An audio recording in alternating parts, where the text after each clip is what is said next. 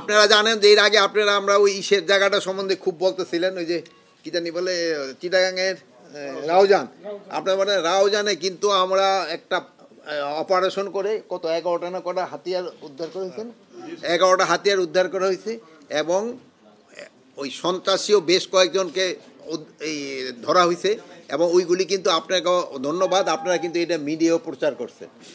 আপনারা যদি বলার পরে কিন্তু আমরা এটা করছি। তারপরে আমি বলবো রাউজান, ফটিকছড়ি এই জায়গাগুলি একটু ডিফিকাল্ট এলাকা, এটা আগেও ডিফিকাল্ট এলাকা ছিল, এখন আমি বলবো ঠিক আছে, যেহেতু এই এলাকাটা তো প্লেন না, অন্যান্য এলাকার মধ্যে যেহেতু অঘটন ঘটে তারা আবার পাহাড়ে চলে যায়, যেহেতু এই উপজেলাগুলি অর্ধেক পাহাড় অর্ধেক হলো আবার সমতল এলাকায়।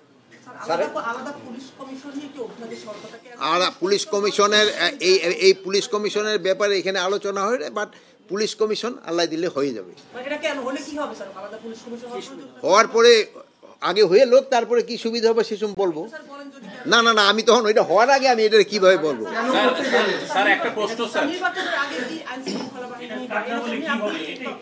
এই যা যেটা হচ্ছে ওইটা পুরাটা বের হওয়ার পরে আপনাদের আমরা বলে দিব।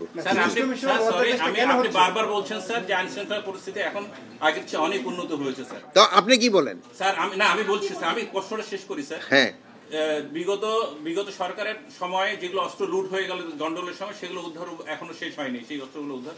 এরই মধ্যে কার্গোতে আগুন লাগলো, সেই কার্গোর স্টোর রুম থেকে অস্ত্র চুরি হয়ে গেল। এত বড় একটা সেন্সিটিভ জায়গায়, যেখানে স্পর্শযুক্ত জায়গায়, সেখান থেকে দামি ভালো ভালো অস্ত্র, খুব উচ্চমানের অস্ত্রগুলো চুরি হয়ে গেল স্যার।